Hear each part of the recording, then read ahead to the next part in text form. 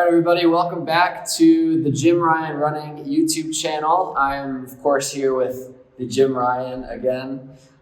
We finished off the last video talking about your race in 1964, the Olympic trials. An incredible finish. You came in third right at the line and made it to Tokyo. Today, we're actually going to fast forward about a year later or so to the AAU championships in San Diego. So if you don't mind, if you could give us a little bit of a backdrop on where we're at this point and what you're looking forward to in this race. 3 weeks before, I'd run against the same two guys that would be the key players in this race, Peter Snell and Jim Grella. And out of that, I ran my best time, 3:56, and I finished third. I was still happy with that. But now there's another race, another opportunity, and Coach Edmondson, who was my senior year high school coach, we worked up a plan which we hoped would work. Again, we prayed about it. We tried to resolve it in a way that would be the best because Peter Snell is such an explosive runner that usually with about 200 yards to go, when he accelerates, he has about 10, 20 yards on you before you know it. Yeah. And so I had to be conscious of that because that's what happened in the race 3 weeks before. So now we're in San Diego, the National AAU Championships. We've had a preliminary the night before, and now we're ready for the finals on what was one of the early synthetic surfaces. Yeah. Wow, that's awesome. Yeah. So some transition in the running world, surface wise. For you go back to the Peter Snell conversation. He was a two-time Olympic gold medalist at this point. 3 gold medals, 2 in 800 meters, and 1 in 1500. So very formidable opponent. Yeah, and we were just talking beforehand that you were actually, this was your coming out of your senior year of high school. So, two very different worlds. Very different. And we're excited to see how this race is going to unfold and learn some lessons off of it that we can teach the athletes that are watching. So maybe you can share a little bit about your strategy actually heading into the race specifically with knowing that these two athletes are there. Well, Coach Edmondson and I knew that Peter was a very explosive finisher. So we felt that what I needed to do was move maybe 300 yards from the finish line instead of the typical 200 where he would just kind of destroy the field. Yeah. So we went with that in mind, knowing that I needed to stay with the lead group, not go into the second and third lane, run extra yardage as I had before. And then I needed to run with some confidence. That was hard because here I am, not even 3 years of running, and where I'm finding myself at the national championship in San Diego and an opportunity to be maybe a winner, who knows. And so I went into it with a lot of prayer, wanting to honor God with the talents I've been given, at the same time to run a smart race. And so when JD came back, Coach Edmondson came back and told me what Peter had said, I often share this with runners. Don't say something to try and demoralize your opponent because all it does is it demoralizes you. It doesn't do anything that's valuable. And I think Coach Edmondson meant a good thing in that, you're there, run with the guys, do the best you can, and here we are now at the start of the race in San Diego, Balboa Stadium.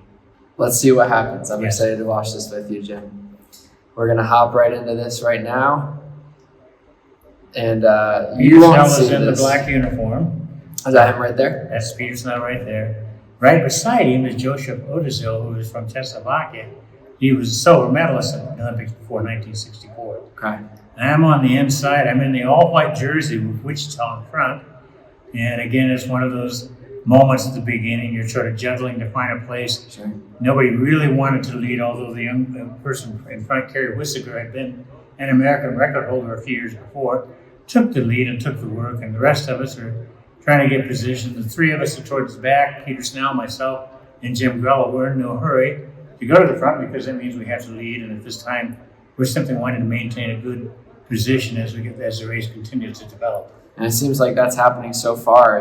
Pretty tight pack up front. You've got some of the race strategy that you're hoping to accomplish in the back of your mind, but also waiting for potentially something else to develop. And one of the things we talk to our campers about, be alert and awake in a race. And it's easy to do that, and yet it's easy to fall asleep because you want to relax as much as possible. Yeah. I'm in a very relaxed mode right now, but I'm very focused on the jerseys around me because I know any one of them could win this race, run a really fast race, and yet my attention is on the 2 behind me, Jim Grella and Peter Snell. So it's a slow developing race. The pace is reasonable. 59 seconds will be about 2 minutes at the half-mile mark. Were you surprised at where those other two athletes were at? Did you think they'd be in the front, or did you think they'd play a more strategic? I thought they were going to do what they did, and that is there was no reason to push the pace. It's not so much how fast you run in this race, but that you win the championship. Right. So, winning is more important than how fast, and yet it developed into a rather fast race. So now, off my shoulder, Jim Grella has moved up. He's making not so much a bold move as much as just positioning himself in a great place. A very fine runner. Right behind him is Joseph Podorzel from Czechoslovakia. There's Peter Snell, and I'm kind of behind, bringing up the rear. So we're all closely bunched together. Nothing real significant has happened yet, and it wouldn't be until you get through actually the third lap is always the lap, I think, when things begin to happen. And one thing I'm noticing that we talked about last race is this whole race so far, you've kind of been in lane one in some way, whereas a year ago, you're kind of on the outside, so you've learned some lessons in that way. Experience is a big thing. Yes, it Don't is. waste the effort, the energy. I needed to maintain contact, but I didn't need the extra yardage gained by going outside. Now, right behind me, I'm in the white jersey. The young man from Czechoslovakia is going to make a very bold, dynamic move here, trying to break the race open. He was the silver medalist the year before, and so now here he goes. That kind of changed the nature of the race a little bit, as you'll see in a few seconds, what happens when he does that. So we're all watching him go at the same time. We can't let him get away from us. It's late in the race. We don't know whether he's going to be able to hold that pace. So the mystery is, do you go all out and catch him, or you just kind of build slowly? And what happens is Podorzel gradually loses his strength, and we begin to close on him. And here becomes a big decision for me. We've got a lap to go. I'm looking ahead with Jim Grella on my inside, Peter Snell on the outside, recognizing that it could be a box possibly, which would bring my stride in the sense of breaking the rhythm that I'm in. So I was forced to go to the lead a lot earlier, and yet that was a decisive moment. Here we are, moving along, and I've gone to the front, and I'm a little, how do I say this? I'm a little frightened, but that was good because that's part of what you have to do. You have to run with some risk and with some courage. Yeah, and you've mentioned Peter was the one who has an incredible kick, so you're probably out here, thinking they're coming. And as you can see right here, Jim Grella really challenges me. And at that point, I remember just a short prayer, dear God, help me. And I relaxed, and I found another gear, and now I know there's another guy in a black jersey coming. I just want to get to the finish line before he does. Now, in this particular race, the race is it's a halfway in the middle of the straightaway. If it had been the rest of the straightaway, as many of them are, it might have been a different result. Yeah. But by the grace of God, I hung on. It was 3:55, my best time. The American record, it would stand as the high school record for 36 years. Wow. Amazing. Do you remember any of your, do you remember what your last lap was generally? I don't. It was a good one, but I don't remember what it was. Must have been pretty quick because I think that first half mile was 2:0 something, and then so you ran 3:55. Had to have been 1:50 something last 800, and so do you remember anything that you were thinking when you hit that last lap? Staying relaxed. The strategy was to wait until hopefully the last 300 meters and begin pushing the pace. But as I try and teach the runners in our Jim Ryan running camp, be flexible. Yeah. You need a plan when you go into a race, but you need to recognize that reality may be different and be flexible enough to do that. I have to, as I look back on this, I realized for me, that was a really bold step to go to the front that quickly. And yet that would become a part of my running in the years to come. Again, by the grace of God, don't be afraid to try something. I think that's one thing I try and emphasize with our young runners. Take a risk. God giving you some talent, maybe something other than running, but nobody who's ever succeeded hasn't had to take a risk. Yeah. And that when you have a failure, and we're all going to have some, failure is just a temporary detour to success. So hang in there, keep trying, and you'll be amazed at what you can accomplish. Yeah, you took a bold step by kind of getting out in that last 400, and imagine if you didn't take that step and weren't willing to fail and weren't willing to even trust God with that. The result may have been different. Absolutely. And no, one thing I would like to see is that when you train in training, you need to be pushing the boundary as much as you can so that when you get to the race, you can take that risk. So that you can really try to see what's inside there, see where you can go with it. But if you don't push it some in practice, it doesn't mean you have to do it every day because you can hurt yourself that way. But certain elements of it will build that confidence and it'll help you make that adrenaline your friend, and help you be a better runner as a result of it. Yeah, practice like you play and play like you practice. It's all going to come full circle. And that's something that seems to be multi-generational, not just depending on the track surface or who you're racing. You will get the results of what you put into it, as you've said. Even here, we know that you were many days, long miles out in the cold, and the hard work certainly pays off. I think maybe one question off of that, that probably some of our younger runners and even coaches who might be watching, who are wanting to help their athletes, a question they might have is, when it comes to big races and tough competition, where you've got guys or girls who have gone before you, who have succeeded, who have kind of been to the highest level, and you're kind of coming in competing against them. Yes. Peter Snell and Jim in this instance, right? What's some advice you would give to somebody who wants to give it their all for a challenge? You do it beginning in practice, and you earn the right to be on that starting line. So when you were there, you've earned the right, and so then as a result of good planning, you begin to execute that plan. And there's no guarantee for success, but at the same time, those are elements that are important. Practice and practice, and let the practice be where you're stretching your mental and spiritual aspects of it too, so that when you get to the race, you're ready. Once you get to the starting line, you've earned the right to be there.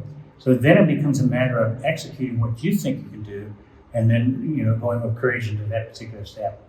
Yeah, that's awesome. And I think off of that too, we talked about practice how you race and race how you practice. If you have a coach leading you, athletes when you trust your coaches, and coaches when you pour into your athletes, I found this true for me because I ran in high school and college, that when I got to the starting line, although there were all these other athletes around me, I knew I had the support system to focus on what I needed to do to get it done, because I had the backdrop of the training, but also a coach, a family, and friends who pushed me along the way. And that's one of the things here at the Jim Ryan Running Camp that you and Ann and the staff really want to share, is that we're meant to do this in community, that God has not created us to do this alone. And actually, when we ask for help from others and listen to our coaches and encourage our teammates, we'll actually be able to stay more focused on the mission that we have together. And I'm sure that was in your mind as well as you're racing. There's safety in a multitude of counselors. Amen. And that's really true with the camps that we have. We have a lot of counselors. They have input into our runners, as do I, as do you. And that's part of that athlete then collecting all of that, processing it, and being able to put it in place where it works well. One of the things I always talk to the runners about is leave your race on the track. And down to this particular race, a few seconds later, my coach walked out on the track and he put his arm around me. I was so glad he did, because there was nothing in the tank. I needed someone to lean on. Yep. But that's putting it all on the track when you're there. So you don't go back and second guess, gosh, I should have done this, I should have done that. No, do everything you can on the track while you're there racing. Amen. Amen. Anything else that you would want to share with our audience, advice from this race in particular that you think is applicable?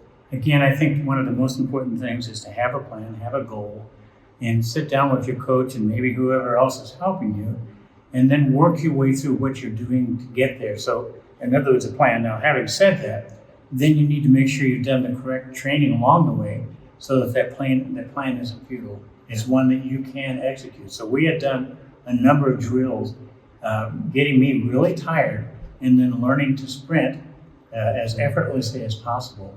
And that became an important part of this in the race. And at the end, when I moved to the front, I was trying to stay relaxed, but I could remember that I'd gone through a fair amount of pain. If you let pain be your barrier, you never excel. But if you look at the results, that keeps you going. So my attitude here was to make sure that since I'd experienced it in practice, really tired, learning how to sprint, I was trying in the race, and it worked well. And it worked very well. Amen. Did you notice anything in this race with the new track surface? It wasn't a good surface. It was like a piece of asphalt, and our spikes really didn't sink in. We slid around a little bit. Yeah. But it was the beginning of all weather surfaces. And let me just say this: we talk about this with our runners as well. Everybody had the same thing. The spikes didn't work as well as they should. So even though you may feel uncomfortable in them, everybody's going through it. So don't let that be a distraction. Again, that discipline in training and the discipline in racing and keeping your focus on what you're trying to accomplish, asking God to help you with that focus. Awesome. Yeah, it sounds like the major theme of this is stay focused on your race plan, and then be flexible and willing to make changes as you go. and certainly trust God Absolutely. with all of it. So thanks for sharing everything with this race, Jim. So far, we've talked a little bit about your Olympic trials, and you've gone through your first Olympic experience, and now we've hit on the AAU championships against one of the all-time greats. And so next time we're gonna watch a video from 2 years later, I believe, in Bakersfield. Correct, yes. And so it's a big qualifying race, I believe, to represent the U.S. Yes. all over the world. And so Yes. we're going to hit on that. Make sure to watch that next episode when it comes up. Thank you for watching, and we will see you very soon.